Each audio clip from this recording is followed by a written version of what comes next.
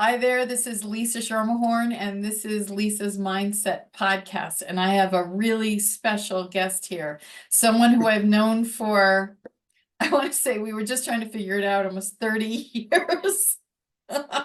Yeah, Um, maybe 31. maybe 31. And he's had an incredible journey that I wanted people to hear because he's quite an inspiration to a lot of people.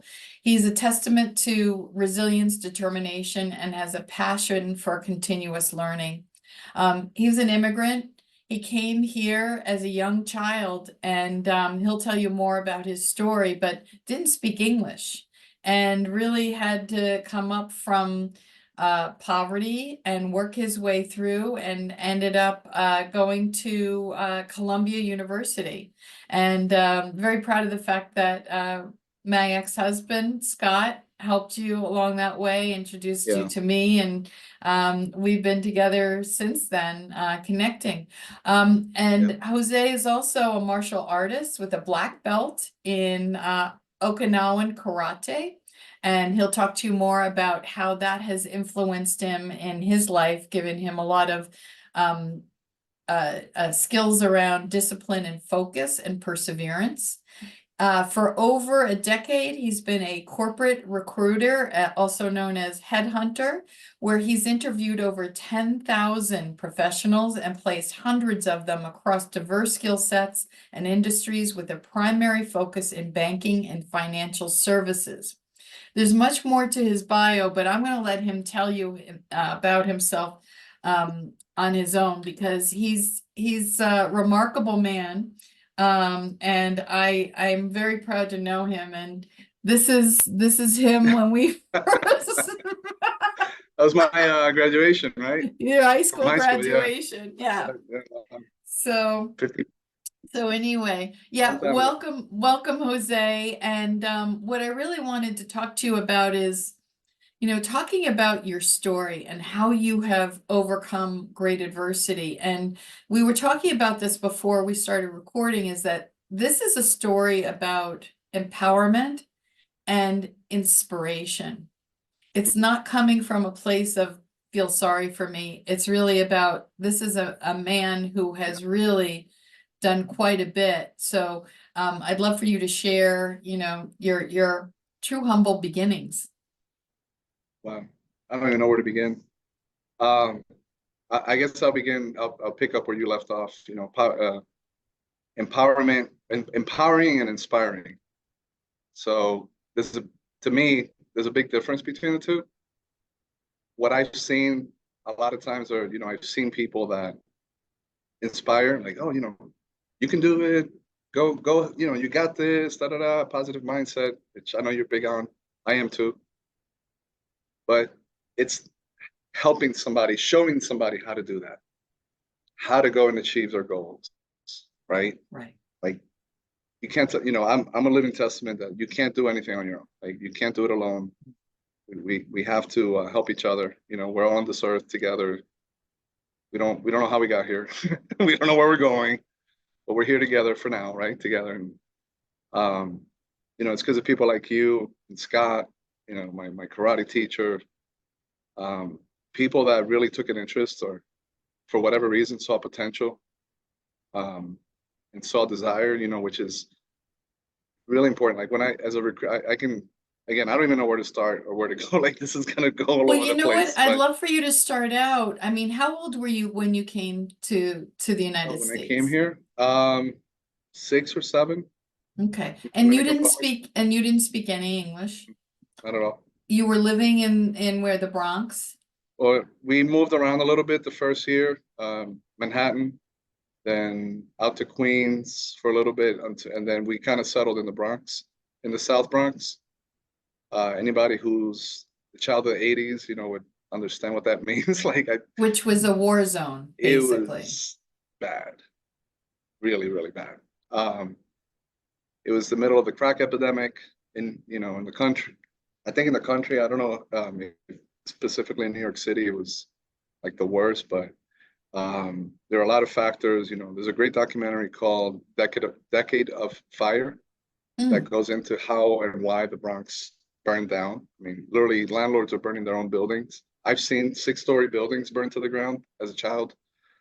It was for the insurance money mostly they were doing it, because a whole bunch of economic factors. But what it created was an environment, and this is what I moved into in 1984, was the building that I grew up, that we first moved into, was the only building standing in a like 2-block radius, or maybe there were like 2 or 3 others, but it was rubble everywhere, and drug addicts on the street, crime, violence.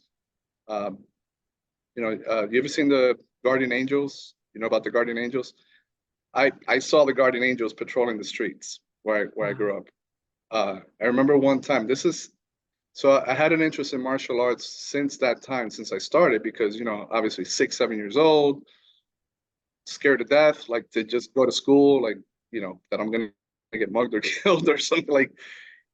And I remember the Guardian Angels were not going door to door in my building, knocking on everybody's door and saying, hey, we're going to start teaching martial arts and self-defense classes in the basement on Saturday mornings. Now, I was too young to train, but like the teenagers, the adults, the men and women that lived in the building were taking these self-defense classes, and I would go watch, every Saturday. And it was the Guardian Angels teaching self-defense, because there was very little police presence. You had to kind of, the neighborhood had to take care of itself, right? So I had an interest in martial arts, but it wasn't until I was 13, I think, that we met a friend of a friend came to visit, and he's like, yeah, I'm a black belt. I found out that he was a black belt. He's like, please take me to your school. And that's how I got introduced to my sensei but everything was behind the scenes. There was no like commercial storefront karate places. It was in a warehouse or something, somewhere hush hush. Nobody knew where it was. You had to know somebody who knew somebody. So that was 1991, and I have a story about my sensei that he's another one. He's like you guys, you and Scott and him, and there are a few people that I really count, like almost like my second parents, that really helped me get through that whole stage in life until I was out on my own. But yeah, I started training, and my dad paid for like 3 months, and then we had a death in the family. He had to take all this money out to go handle that. So I stopped going, but he had seen something in me. He called me at 13 years old. He made a deal with me that if I would come and help him clean, set up before class, because it was like a dance hall that you would rent out for parties. It wasn't like a school with nice mats or anything like that. Come early, help set up, and then stay for all 3 classes till like almost 10 p.m. and help him set up or clean up. And it's like, if you can do that, that'll be your tuition. And I've never paid that man a penny in my entire life. I'm one of his senior students, like one of his first black belts. So it's because of things like that, and that had a big influence on me too. The whole martial arts, helping navigate through all that. I try to figure things out on my own as much as I could, but then martial arts gave me that structure and the credo, if you will. Like, it's Dojo-kun. It's like the what we believe, your values, your morals. It was 5 sentences, 5 lines, and whenever I had challenges growing up, I would always, when I had to make a decision in the moment, in the heat of the moment, I would always go through those five tenets. I think that's what it's called. Right. So I'm sorry. So do you recall what those tenets are? Yeah. Oh yeah. Yeah. Number 1, seek perfection of character. I started in Shotokan karate, which is not Okinawan, but that was the tenet from Shotokan. It was seek perfection of character, be faithful, endeavor, work hard, respect others, refrain from violent behavior. Those are the 5. Wow. And we said it every day before class, every day after class, over and over again. But the first one always is seek perfection of character. That's the number 1, right? Of character, not skill, not this, not that, character. So what does that mean to you when you say perfection of character? Number 1, humility. Be humble. Number two, well, I guess it's the same thing, be humble, but there's a phrase, there's a word in Japanese, it's called Soshin, which means beginner's mind. Mhm. So the trick is always keep a beginner's mind. Always, you've never arrived. You're never the best in the room. You're never the smartest. You're never the, you see, because the moment you think that you're arrived, that you're there, somebody else is going to go past you, right? So there's this whole thing, and within the dojo, within the school, there, yes, there's competition, but it's friendly competition. You know, and this is a space, and Okinawan Karate, by the way, is like the things that I learned, and the way that I was trained. If I did that today, I'll probably go to jail. Like somebody will complain because we took some beatings, man. I'm gonna tell you, like we took beatings, like real beatings. Wow. We trained on a wooden floor. If somebody fell and hit their head or whatever, or during a fight, when we're training, it's like, oh well, my sensei's thing, went back then. He was a lot stricter back then. He's like, what are you gonna do if it's on the street? What are you gonna do if there's no ice on the floor and somebody comes to mug you and they're trying to take your life? Like, what are you gonna do? You Yeah. gotta learn. You gotta figure it out. Yeah. There's low stances to lower to the ground. Like, you gotta figure it out because at the end of the day, you're responsible for whatever outcomes, right? Like you have to control what you can control. Making excuses and hoping for a different situation is not going to change the situation. So I'm curious because I remember you telling stories of you having to walk to school. Now we met you because you were in Mhm. you went to Cardinal Hayes High School through Correct. something called the Student Sponsorship Mhm. Program, where they would find sponsors that would pay part of the tuition, and then the nonprofit would pay the balance. And Correct. then Scott would stay in touch with you and connect with you and mentor you through that. Correct. Before Yeah. you did that, you would have to walk to school. And I remember you telling stories about literally having to, you don't just turn left. Like I would never even think about that. You just don't turn left and there's a building there because you never knew who was going to mug you. Yeah. And I Yeah. remember there was a time you came to visit us at our home and we were sitting in the den. You're like, the sliding door's unlocked and it's open. I was like, yeah. And you're like, no, the door's unlocked. And you were like terrified. And I had no understanding of that kind Oh of man. fear. And, we were in the suburban town of New Jersey, where bunny rabbits and, and young children. And so, I think about, literally being raised in a war zone, having that karate background. Did Yeah. you ever actually have to use it? Or was it your presence once you had developed yourself was enough that you exuded a presence that people kind of stayed away from you? I'm curious about that. It's okay. This is a really interesting topic, and so you there's this thing, it's kind of known that people who are very dangerous Mhm. martial artists, people who are, who know how to defend themselves, they seem to be like the nicest, calmest, peace-loving people. It's like, Right, how do you explain that? Right? What is it about training in a martial art that you can literally learn how to kill somebody with your bare hands? right, Why does that make you a more peaceful person? right. So um, here's there are two good explanations that I found to that. One is I'll start with the shorter one. It's better to be a warrior in a garden Mm. than a gardener in a war, Yes. right? Yep. Okay. The whole purpose of training is you, it's just like an insurance. You hope you never have to use it. But the one time that you do have to use it, you better perform. You have to, like, for yourself, for someone else, you have to defend your life, right? It's like that one time if you ever needed it, there it is, I got it. Um, and how you get to that is by almost the closest thing that I can explain is because I work with a lot of risk professionals, risk and compliance people.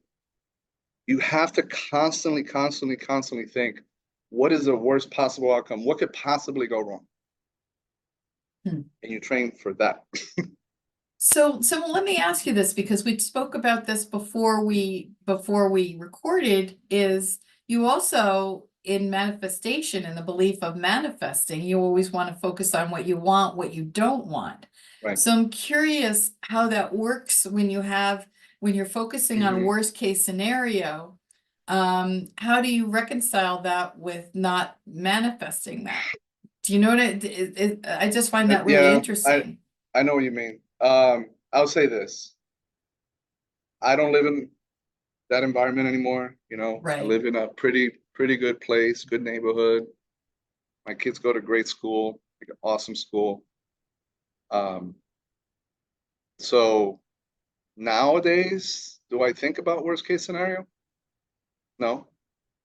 Okay. But back then, I didn't have a Yes. choice.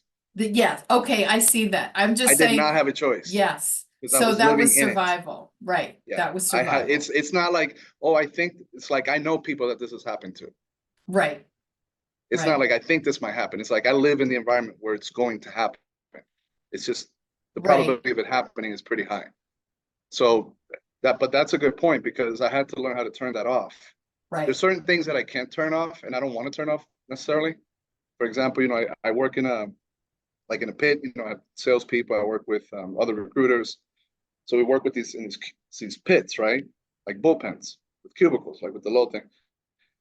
I I cannot turn this off. And I don't know if there's a way to turn it off, but I'm typing an email and I know what all my coworkers are doing at the same time. Like my peripheral vision is Yeah. never turned off, Right. ever.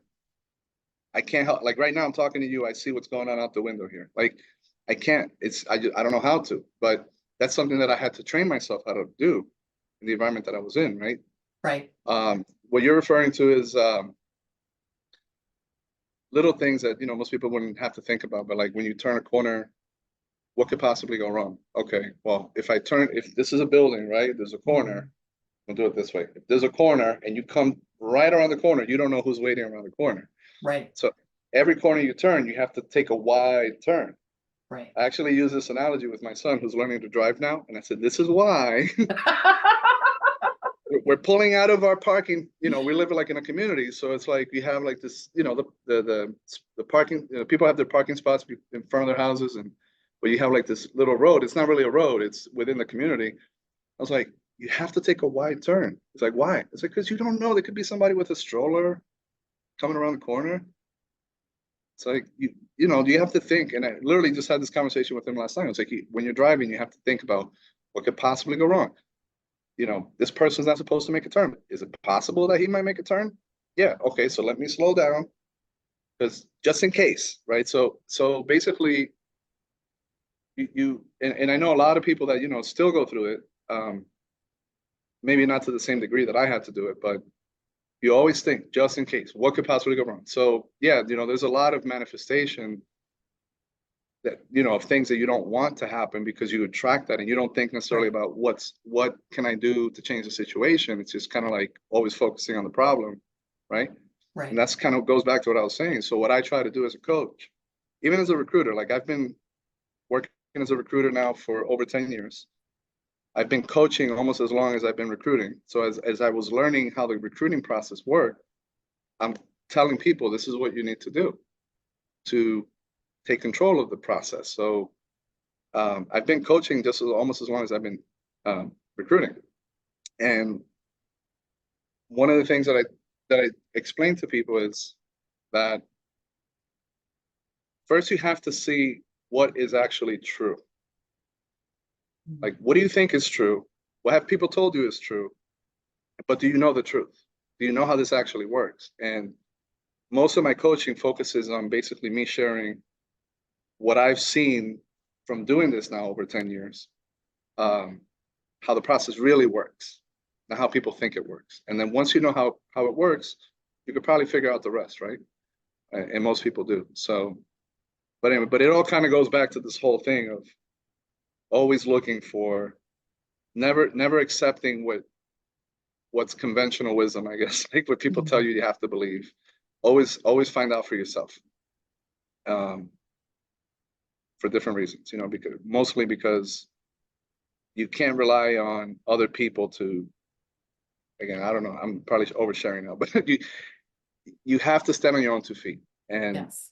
despite having people in your life who care about you, who want to help you, this is another piece of advice that I learned a long time ago. It's really served me well. It's like, only take advice from people who have a vested interest in your success.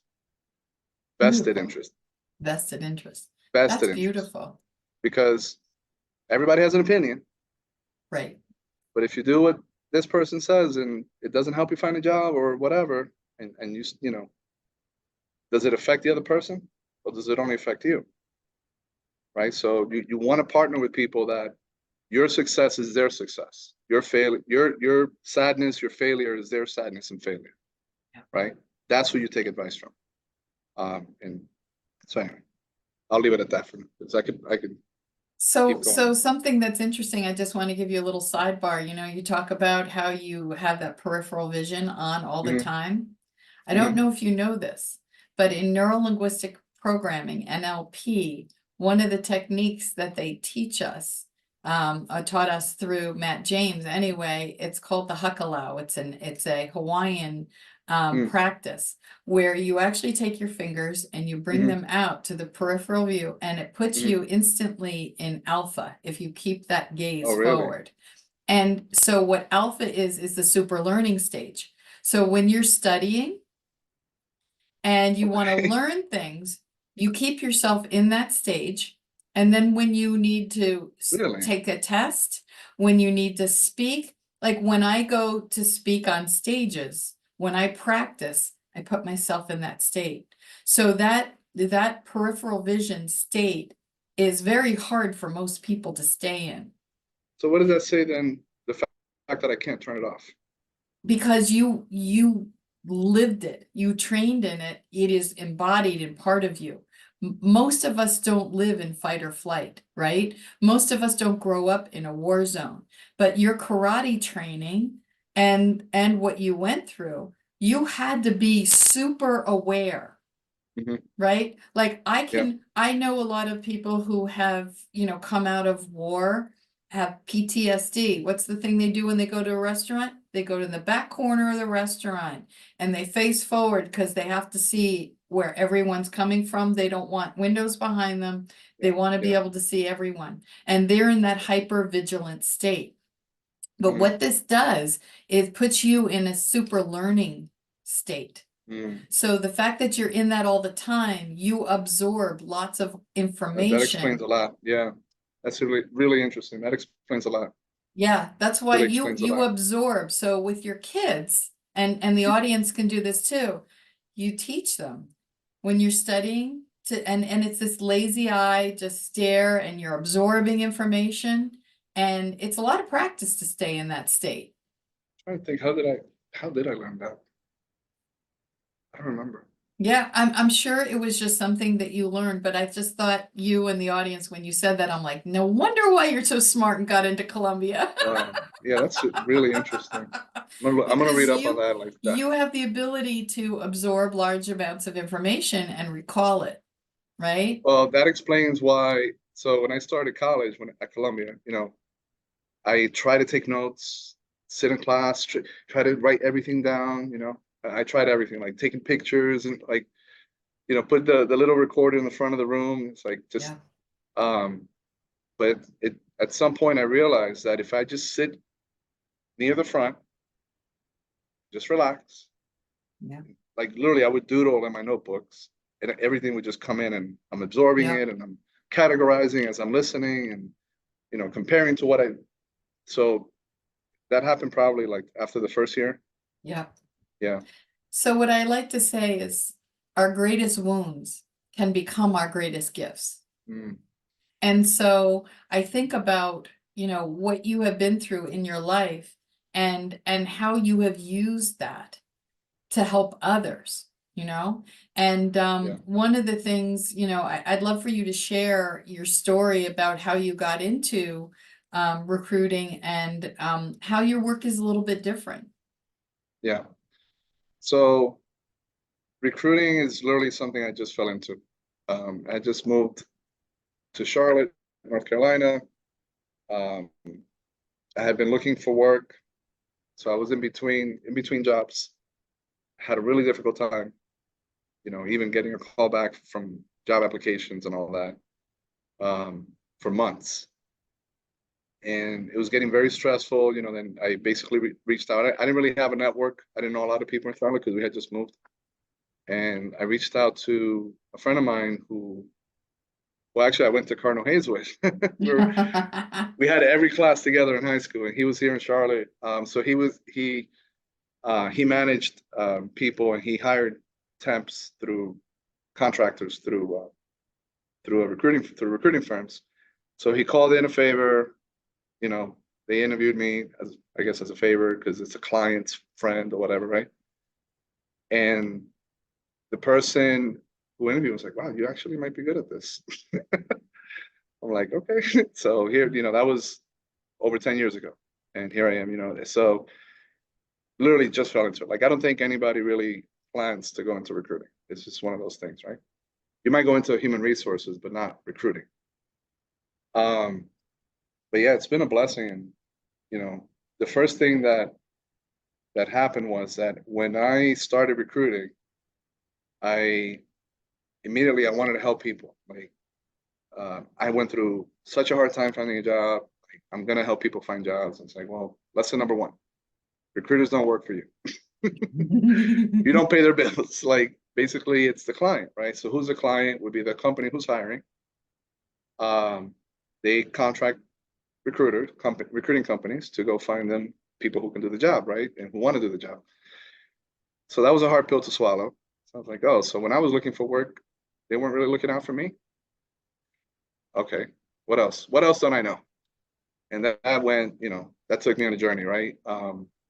I just didn't agree with a lot of things that I was being told because I had been a victim of not knowing this myself not that long before, right? So it was almost like I said, after I had gone through the initial training and I'm interviewing my own candidates, talking to people one-on-one in interview rooms, I just started telling people, I'm like, no, that's not how it works.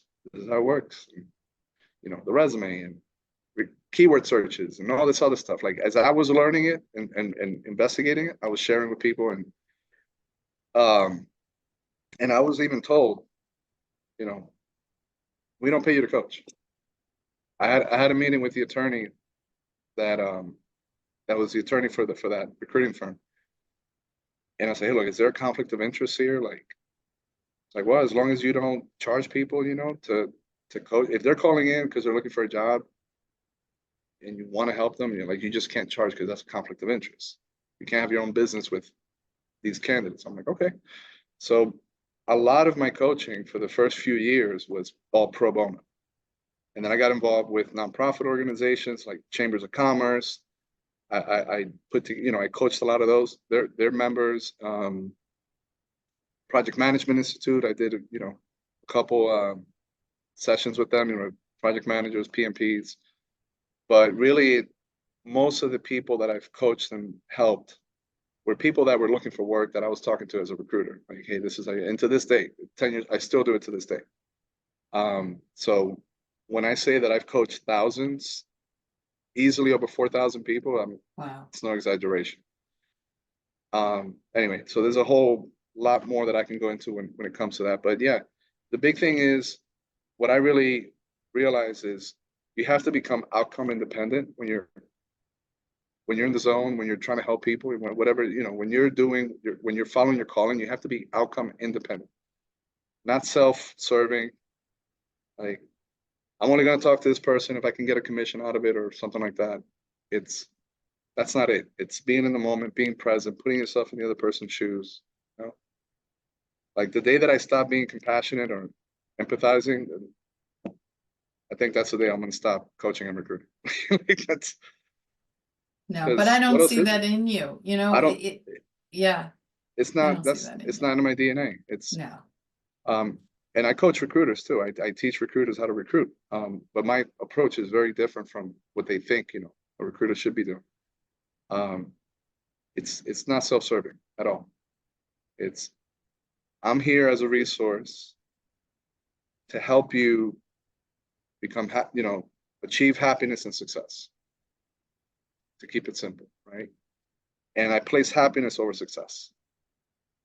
So when I talk to somebody for the first time, and thousands of people can attest to this, the very first question that I always ask any of my new candidates is, what do you want to do next? Not what have you done in the past? What experience, skills do you have that I can use to my benefit to fill this job so I can get paid? No, what do you want to do next? Like, and it's amazing, the things the stories that I've heard, how many hundreds and hundreds and thousands of people who have given up on their dreams. Yeah. Because they're operating from a place of fear instead of a place of hope. But my belief is that hope without guidance, without training, is useless. As far as achieving results that you can, control, right? Right. Because here's what happens, right? Like there's a ton of information out there. You can go online and Google, how should I write a resume? How should I do this, right? Tons of opinions out there, right? But then you follow and this is what usually happens to most of the people that I've coached. By the time they come to me, they're jaded, they've given up, because you follow all these so-called experts' advice and you still don't see the results that you're hoping to, that you should have had. There comes a point, and I've asked this and I've proven this many thousands of times. There comes a point where you've tried everything that everybody's told you to do, nothing's worked. So then you start thinking, maybe I'm the problem. Maybe it's me. I should have gone to law school. I should have done this. I should have done that. Oh, it's so stupid. Why did I leave this job? Why did I do? I shouldn't have taken that year off to take care of my kids. Right? People start blaming themselves, because if everybody's telling you that this is how it works and you do it and it doesn't work, then it must be you, right? And the first thing I tell people, that I teach people, once I show them the process, I'm like, no, it's not you. The problem is that this is a game. 99% of the population don't know the rules of the game. They don't know the process, how it actually works. And let me teach it to you. So once you know the process, that's it. Like, you know how to play the game. And so, I'm a big believer in putting people on a level playing field, not giving them handouts, not, trying to motivate without empowering them to actually do what I'm motivating them to do. It's, here are the tools. I'm going to meet you halfway. You have to put your part into it, but you're gonna come out stronger after this. So, and I work with a lot of people, and I'm sure this is a huge part of what you do, is someone's been in a career for a certain amount of time and they fell into it just because it was the first job they took out of college. They had debt and things like that. And they were like, and now they're on a track that is running them instead of they're running it. Right. And so now they've got a mortgage, they've got car payments, they've got kids in school and all of these costs. So how do you help people who I've gotten to a point where, like, this is not, I dread going to work every day. I don't want to do this anymore, but how do I transition into something? Can I make this kind of money? Okay. So we got to separate the two things, right? There's the function, there's the job. Yeah. There's the compensation. Right. Oh, you're muted. Jose? I can't hear you. Somehow I got muted. I was like, what? Wait, I'm sure there's gold coming out. I'm missing gold. So I was saying, this is something that I deal with a lot. I get this question a lot. It's daunting how many people are in that situation. It's a lot more than you think. Percentage wise, it's really high. So what I was saying is, you have to separate the two things. There's the job, the function that you're performing or that you want to perform, and then there's the compensation. So if you're making a drastic career change, like let's say you got into accounting because you're good at math everybody told you, you know, you have to become an accountant because that's a safe, stable job security, blah, blah, blah. Not really your cup of tea, but you go ahead with it. And now you're this big shot CFO, whatever, right? I know quite a few people like that. It's like, I don't hate what I'm doing, but what else is going to pay me what I'm making? Right. So the very first thing I have to get those folks to understand is that if you're going to make your decision, your career transition decision on compensation, then you're going to miss the point. Because and I use this little exercise where it's like, okay, you know, how much money are you making now? How much money do you need to be okay, to be able to retire, not retire necessarily, but that you don't have to work. Like, is it 100,000 a year? That's enough money to go buy a little house in the Caribbean and live on the beach, right? Like, and never have to work again. So how much do you need for your bills to be paid and for you to be able to live the life that you want to live, right? Okay, so now take that number, imagine that you walked into a gas station, you bought one of those scratch tickets, you scratched it off, and congratulations, you just won $100,000 a year for life. Now, how are you going to spend 8 hours a day? That's a third of your life. What do you want to do? And it's amazing the answers that you get when you separate the compensation from how you're spending your life and your time and your energy and the contribution that you're making to society, to your company. Because when you mix one thing with the other, it's really hard to make a decision. You have to separate the two. And anything else for that matter, you know, that is external to how you're feeling. Like I tell people, I coached somebody today who just happened to walk into the office and we had this exact same conversation. I'm like, the problem is most people that I've met focus on what's going on outside of them and not enough on what's going on inside. And they've lost track of what makes them happy. Yeah. So, you know, and I used to always say, like, I'm not a life coach, I'm a career coach. Or I'm not a career coach, I'm a job search coach, because I don't tell people what careers to choose. Like, you tell me, that was my approach for a long time. It's like, you tell me what you want to do, what kind of job you want to do next, and I'll tell you how to get that job. I'll give you the steps, how to get from here to there. But I've realized over, you know, recent years that even to get to that point, it's just like monumental for some people to be able to come back to me. There's a lot of fear. There's a tremendous amount of fear. It's crazy how it's like you think it's such a simple thing, right? But it's not. No. Because again, everybody, what you were saying, I have a mortgage, this, I have that, money. I need the money. If I quit accounting now and go back and do what I really wanted to do with my life, I'm not going to be able to pay my bills, and that would be irresponsible of me, and etc. No, it's a belief system that keeps people paralyzed. And you know, it's interesting. I remember when many years ago, it was probably around the time that you and I met, there was a family friend, my parents' friend, had gone into family business. He didn't want to, he hated it, but his family said, you know, we need you. And he had always wanted to be a doctor. So after 20 years, and his kids were in college, and the business folded. And he's like, he went to chiropractic. But he held it up for that. He held it up for 20 years, then the business folded, and then he went to chiropractor school. And he said the funniest thing to me, he goes, you know what the best part about becoming a brand new chiropractor at 40? No one knows that I'm brand new in this job, right? They think I've been doing it forever. No one's checking my diploma. So they're not afraid of a 25-year-old who's just starting. They have no idea.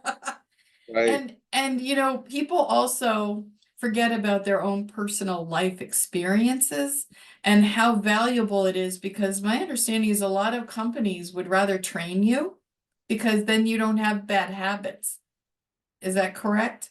To a certain degree. To a certain degree, For yeah. entry-level positions, yeah. Okay.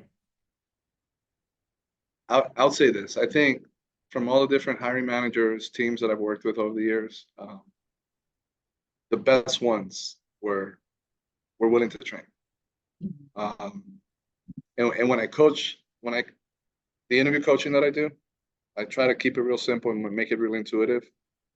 But I say the um, three things that they want to find out about you are the same three things that you should try to find out about them.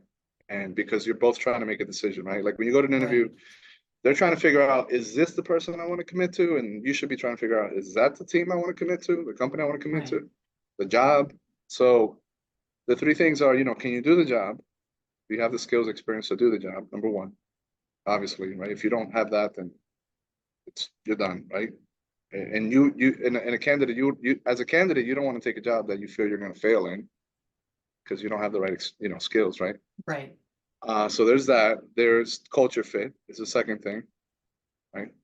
Could talk about that for days.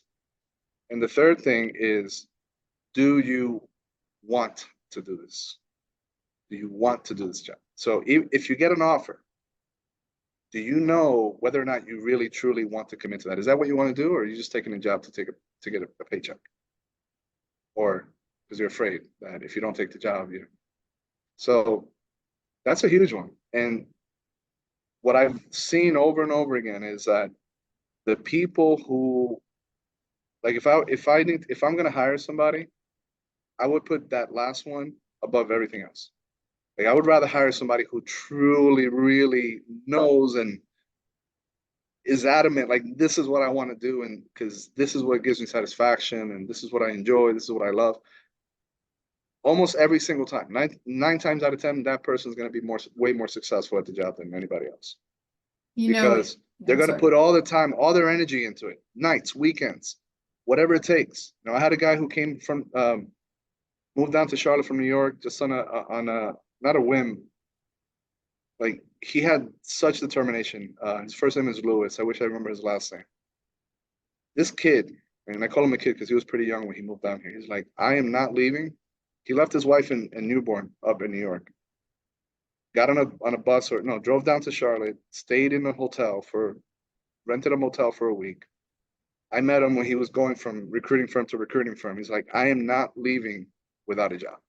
I'm not going back to New York. Well, I placed him with this company, this engineering company. And I mean, he was the best. Like he was just whatever it took, like he had to learn all these technical manuals and specifications and stuff. And he confessed to me after he had already gone permanent. He was promoted. He was promoted to like head of sales for all of Latin America for that Wow. company. Like, yeah, a kid who was like, I think he was making like $15 an hour when I placed him when I first met him. Wow. Uh, and he confessed to me after, he's like, man, those first 6 months before they converted me to a full-time permanent employee, he's like, I did not sleep. I was going to bed at 12, 1 a.m. in the morning, looking over those manuals, coming to work the next day, big smile because he had the best attitude, right? Right. And he did what he had to do because he really truly wanted it, right? So I think, that's one of the topics that I had to, I usually cover with hiring managers. It's like, well, this person, she doesn't know how to do this on Excel. And, we need somebody who knows that. I'm like, but do you realize that she is the person who's going to bust her hump for you more than anyone else? She will learn Excel to do your job. That's who you need to hire. So I think we've lost some of that in recent years because of technology. It's so easy. I mean, there's over 83 million resumes online in the US right now. Like I can do a search for X, Y, Z, A, B, and C, and I'm going to get 100,000 results, 100,000 people that can do the job. So how do you make a hiring decision? Right. If you only go based on that, then you're missing 2/3 of Well, the you full know what? picture. You miss the heart. And you're right. You miss the drive, you miss the humanity. They've taken humanity out of work. And I wanted to segue this a little bit because it kind of matches with what you were talking about, the passion of when people come to work. Um, Mhm, we did something called Why Discovery with you, right? mhm, And mhm, that's something I got involved with the Why Institute. It's based on Simon Sinek. If you've seen his TED Talk, Start with Why. mhm, Um, Gary Sanchez went on to see him and said, "Oh my God, I've got to find out what my why is." And Simon said, "Well, I don't help people find their why at the time. I just help them know understand why it's important." So Gary interviewed thousands of people over 10 years and came up with these 9 whys. So I had Jose do his why. And I wanted to talk about that a little bit because I'm curious how that impacted you, and from the standpoint of out of the 9 whys, and I'll tell you what mine is first. So my why is I believe success happens when I challenge conventional thinking. Mhm. How I do that is I help people find a better way. Mhm. And what I ultimately bring is the ability to make sense out of complicated situations and problems. Mhm. So I am a visionary, out of the box problem solver. Mhm. Okay. So that helps people better understand. So I had a client who was miserable. She'd been in her career for 20 years. And she would literally get terrible reviews. Was micromanaged. She dreaded waking up every day. She thought she was broken. We did her why, and she was challenged, right? So she's an out of the box thinker, and she was in what we call something called a right way job, where it was very detail oriented, being micromanaged, sitting at a desk all day. When Mhm. she realized that, she was able then to transition into something that was more creative, more empowering, that she could be a little bit on her own and given Mhm. some leeway that she could create her own job. So from your why is better way. And so better way people are visionaries. Better way people will often see things sometimes weeks, months, years, 20 years ahead. And so, as someone who has experienced what you have, you come into this whole industry from this insight of better way. And Mhm. I would love for you to share how you use your why and what your experience was in doing the why discovery and how that impacted the way you saw your work. Mhm. Mhm. Yeah. And by the way, I think the assessment was extremely accurate. I forgot what the other two were. Yeah, Is so better way your make sense and simplify. So and simplify. you Yeah. you you So I look feel for that better way, make sense of it, and then simplify it for others. yes, That's basically yes, what I do. yeah. Yeah. And So that's it gives you the language to really narrow it in scope and have you better understand. right, Yeah, right. And that is spot on how I operate. It's funny because you know what Lean Six Sigma process improvement is? Black yes, I think, yeah, black belt. You've heard of black belts, green belts. right. So I went and got my because I from the moment that I came in here, and actually one of the reasons why I came to the company that I'm with now is because one of the founders called me up, somebody that I had mentored, told him about me, called me up, said, "Hey, you're looking for a new company." I said, "No, I'm not. I'm doing fine. Fine where I am." It's like, why would you leave? And the main reason was one of the main reasons, besides the fact that I believed in treating people like people and Mhm. putting yourself in other people's shoes and relationships over transactions. He's big on that too. He's a big Simon Sinek guy, actually. Um, the other reason was where I started recruiting is a huge multinational firm, thousands and thousands of recruiters, right? This was more of like a boutique executive search firm, etc. That's how they started. And I said, look, one of the biggest regrets, and I had been recruiting and coaching already for like 4 years at that point, right? So one of the biggest regrets that I had at that time was that there were a lot of things that I saw that could be done better, but I was a small fish in a huge pond. Right. It was like, hey, they already have their process figured out. Like I'm just a tiny little, recruiter here, right? And I said, if you guys are open to, if you're humble enough and you're open to uh, allowing someone like me to come in and help you figure out what could be done better, sign me up. He said, please tell us what to do. And rest is history. You know, been here 6 years now. And That's remarkable. yeah, so, and then from the moment I come in, this is just how I operate. I've noticed things, I've automated processes, you know, high volume recruiters, very time consuming work. I automated processes so that things that would normally take somebody, and I tested it myself, what would take 3 hours, I got it down to 3 minutes. So it's like, What? yeah, yes.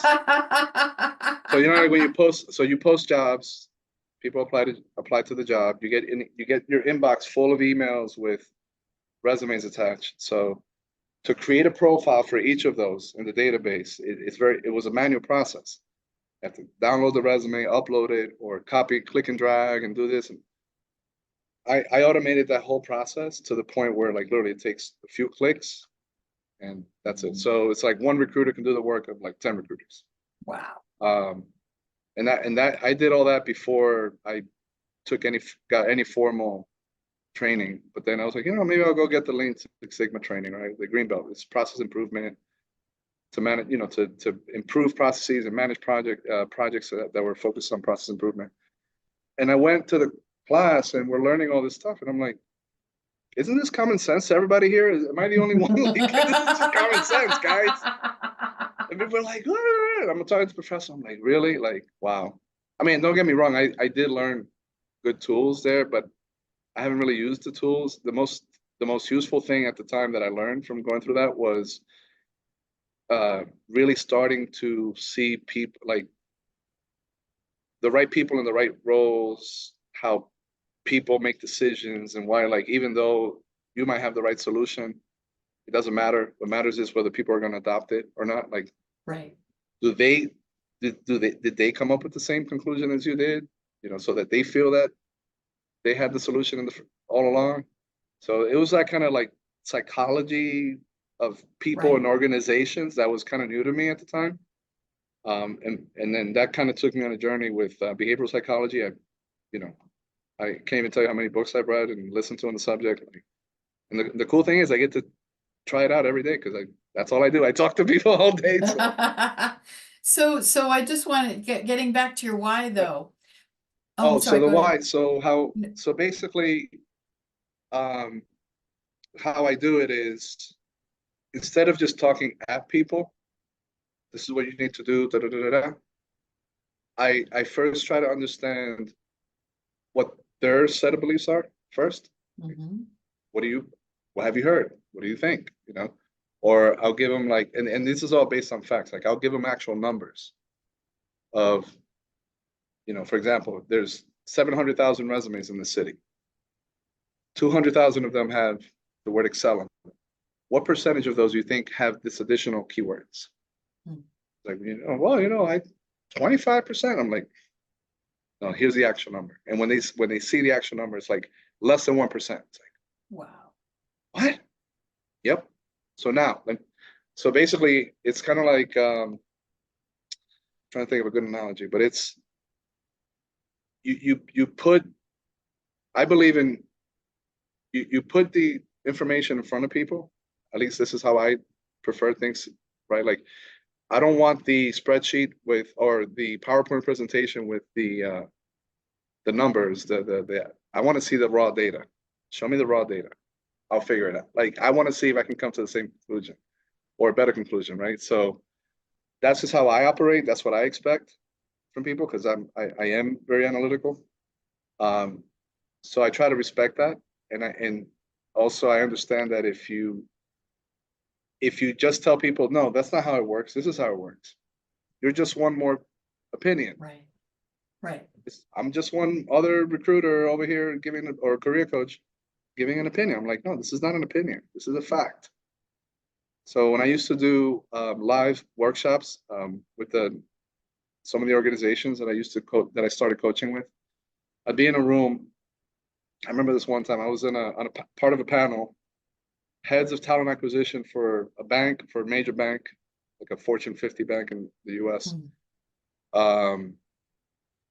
Another financial company, like head of HR. And these folks are going, you know, we're going around the table to a room of about 200 college students are about to graduate in finance and accounting. And they're going around basically saying the same things. And, it's, you got to brand yourself. And when it comes to, job searching, you have to like use this kind of language and da da da da. And then they all go around, and when it's my turn, I have my laptop ready. It's like, I just got up, went to the script, to the not projector, but like plugged it into the screen. It's like pulled up, I think it was Career Builder or Indeed account. And then I looked at the audience. I'm like, with all due respect to my fellow panelists, that's not how this works. Let me show you how it works. So doing live searches in front of the audience. Like, can I get a volunteer? Somebody found the resume. It's like, and I showed them how a recruiter who's looking for somebody who can do that job is either going to find you or not find you based on what information you're putting out online. Point blank. Like, either you're part of this search results or you're not. Because if you're not, you're never going to get a call about that job. Right. Everything starts from there. So the process anyway, I don't know, I'm kind of probably going off on a tangent now, but Well, basically you know that's, what? I see how excited you are. You're in your why. It's finding a better way. You are that's the it. visionary of finding a better way. And as a makes sense person, you're a problem solver, right? So you will often have the answers inside your head. You already know the answer before the other person does. And this is the tricky part, is getting the other person to come up with the solution without you telling them. I have make sense in my why also. Now, the processes that you come up with, that's your simplify. So when you have a team, when you have an organization, when you're running, especially in a small company, better way are your visionaries. They see things that other people don't see. But you better have a simplifier, and you are a twofer. So they get the visionary with you, but they also get someone who can make things happen. Because oftentimes when you have entrepreneurs that come together, or businesses, if you've got too many visionaries, you don't have anyone to actually make things happen. So what I love about your why is you're a visionary visionary problem solver, but then you simplify it for people so that they can better understand it. So that's how your brain works. And, I love your story when you were doing your training. Yes, because you think in processes, you simplify. People like Jose can take a 5-page email and break it down to 4 bullet points. Done. I don't need all that information. This is all you need. Let's go. And simplifiers are really important people to have in business. They're really outstanding. So I love that about your why. My problem, and I've been coached on this, is so to get to the point where you can simplify something, you have, I go through all the possible scenarios. Like, I'll analyze something to death, right? Like I go to sleep thinking about, like, I can't turn it off. Literally, I'll sometimes have answers either as I'm sleeping in my dreams. I'll have a dream about the answer, or as I'm waking up. Usually it's when I'm waking up, like, and I literally like see the answer. So what I've learned is that, I'll obsess. I'll keep thinking about something, a problem, trying to find the pattern, and my brain would just not shut off about that one thing, right? As I'm going through the day, doing everything I need to do, but in the back of my mind, it's always like trying to figure that out, right? And I know that I have found the answer when I get a sense of peace, like, that's it. Yeah. And my brain just quiets. It goes quiet. Like, that's the answer. Because once I don't know, it's calculating, I guess, and once it finds the answer, it's like, that's it. That's the answer. I don't have to think about this anymore. That's how it plays out usually. And to your point, it's like, yes, I see things way ahead of time, but I've learned to not impose my views, just even though I know, or I'm very high degree of confidence that that's what it is. Yeah. It doesn't matter. And what matters is the person that I'm trying to show it to. Do you understand what the problem is? What conclusions because you don't want to question people's conclusions. No. That's a shot to their ego. automatically, right? But you can't question their assumptions. Right. So I focus on what are your assumptions? And and then use other people as examples. Like, so when I know someone who made that assumption, true stories, and this is where it landed. I know thousands of people who have made this one assumption, and this is why they don't never get calls for jobs that they're qualified. So that's the assumption. If you're subscribing to any one of these assumptions, you can expect the same results. Is that what you're seeing in your own, right? In your own experience? And yeah, that's exactly okay. So what do you think needs to change? Because that's when people start adopting, right? When you don't want to, you have to assume that it's not many people that are going to be receptive to someone challenging their thought process or their assumptions. Well, It and takes a certain amount of humility.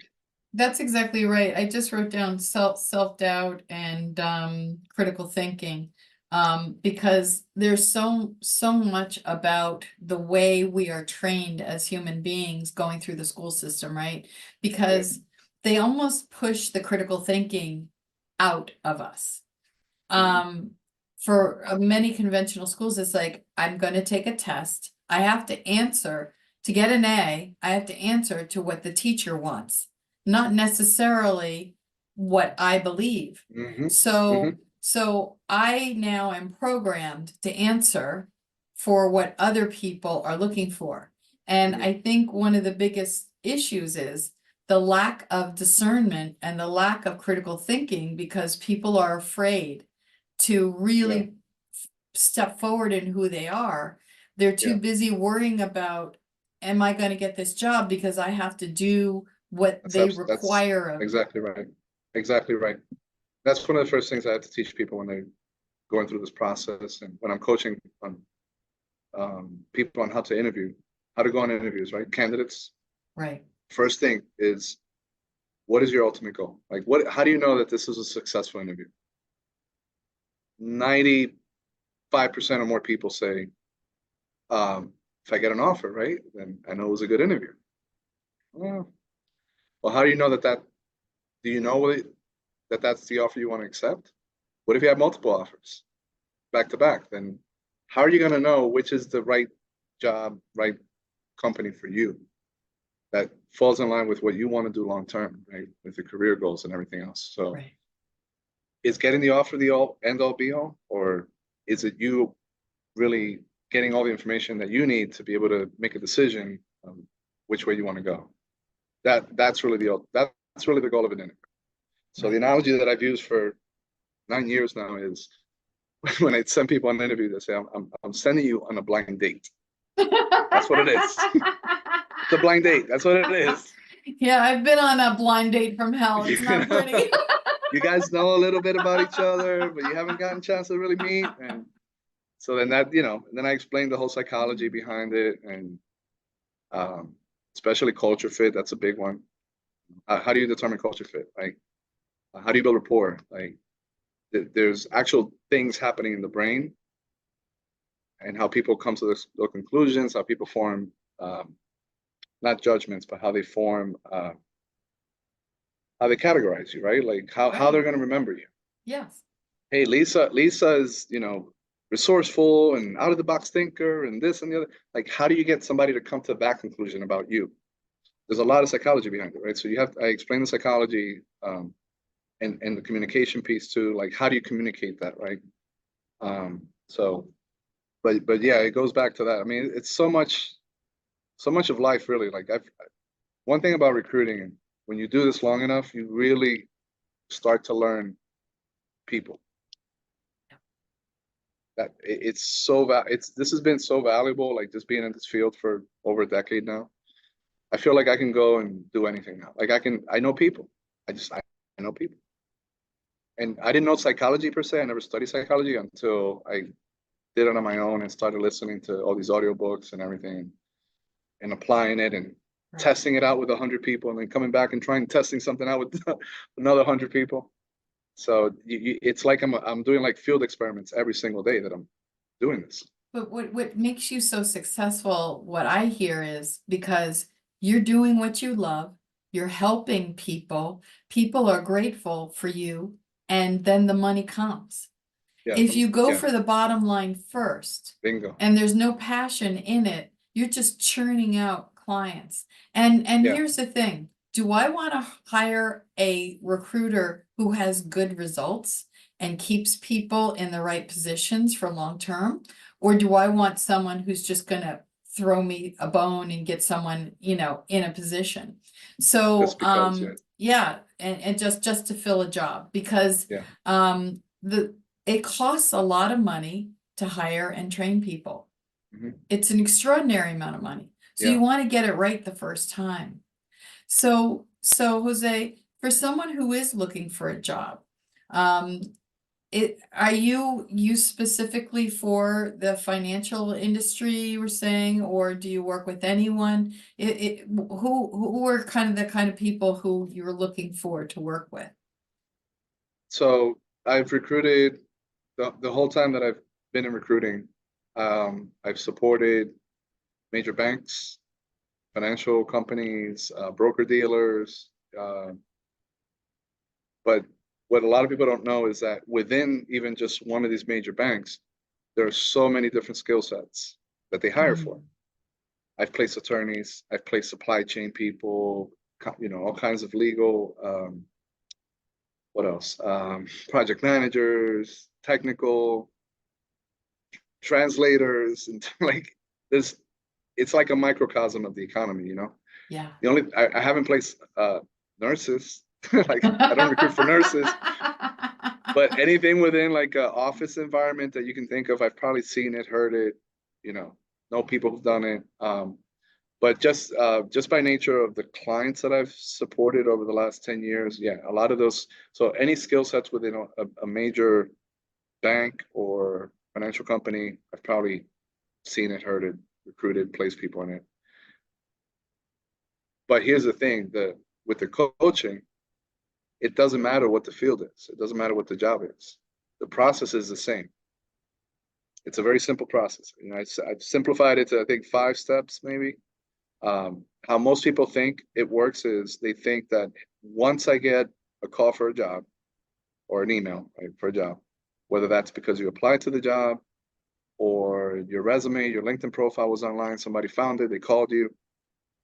So people say, okay, so once I get the call, if I do the phone screen well or whatever, then I'll get submitted to the job.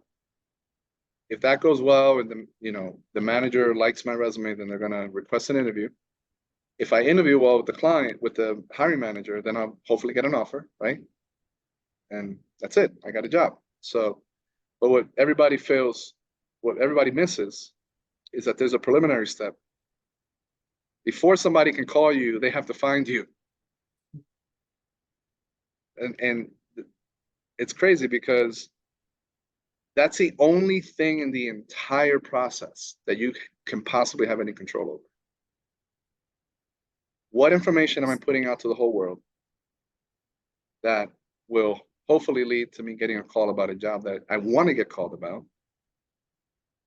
And how can I control that process, right? So most people don't know how to do that, because most the people who really know that, and I'm not patting myself on the back, there are a lot of people in this industry that know what happens when you put a resume online, how do recruiters find you, how do you do the keyword searches, and they know what the process looks like, but they don't necessarily share with the public. Right. And here's why. If you sell mortgages, you sell real estate, you sell anything where you're getting a commission, do you want your competition to find your candidate or your customer? If I have perfect credit, high income, no debt, $200,000 for a down payment, and you're a mortgage broker, you're going to tell me to share that private information that I just shared with you with the whole world? Probably not. Right. Right? So that's kind of what's going on. It's, people who know are not coaching. They're not sharing with the public. And the people who do coach, I know plenty of career coaches, and some of them are really, really good, and they all mean well for the most part. Every career coach that I've ever met means well. I know certified resume writers, they mean well, right? This is a whole inspire versus empower thing that I was talking about. Right. They mean well, but they're just regurgitating what they've been told. They haven't been in my shoes. Not many of them have been, but most of them have not been in my shoes, where in order for me to find the candidate, I have to find the person who's going to fill this job so that I can pay my bills. I have to find you, right? So for the first, year or two of recruiting, or actually really, it wasn't, I'm not even sure when it happened, but for the first, I was just kind of doing what I was told to do, hey, you got a job, go do your search, find the candidate, fill the job. Did that. And I was very good at that. But something was off. Like, I was doing the coaching on the side, but it hadn't like coalesced yet. And when it coalesced for me was when I realized that a lot of these folks that I was meeting, coaching, they went and got jobs on their own. Yeah. They got recruited by someone else, got the job that they wanted. Then they're calling, emailing me, thanking, hey, thanks, Jose. That resume you helped me create, fix, got me this job, awesome job. And at first, and this is what I heard at first. It's like, well, we told you not to coach.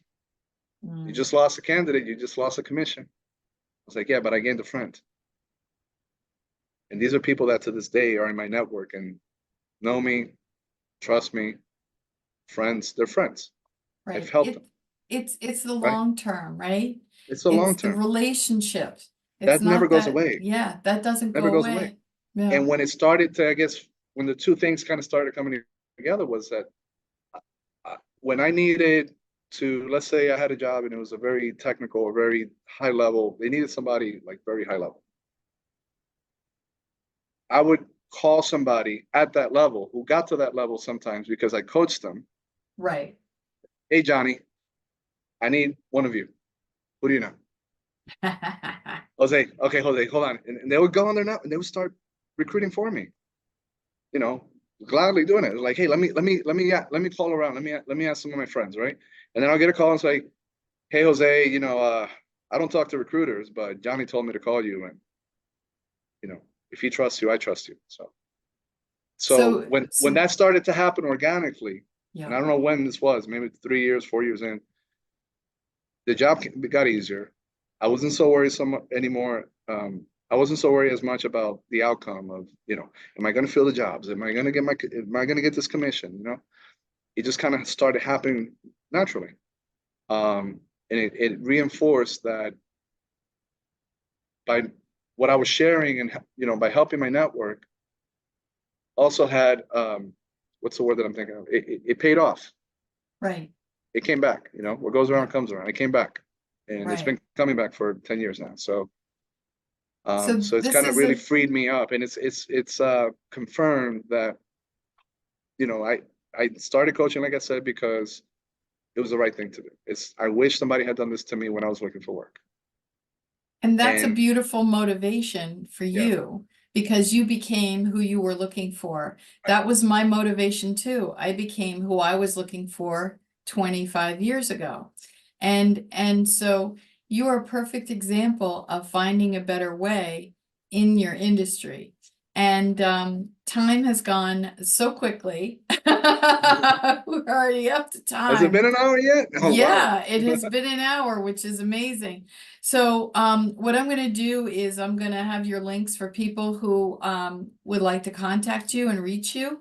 And I want to thank you so much, because I've learned so much from you in this hour, and as much as I learn from you every time I'm with you. This guy's really smart. This guy's really smart. So anyway, really great wisdom from you, and thank you for sharing your story. And if you or anyone else who's watching this knows of someone who has a story, who's overcome adversity, and I'd love to get into their mindset. And if you're interested in finding out more about the why, I'll have the links below. And highly recommended. Yeah, thank you so much. It's scary how accurate it is. So Yeah. accurate.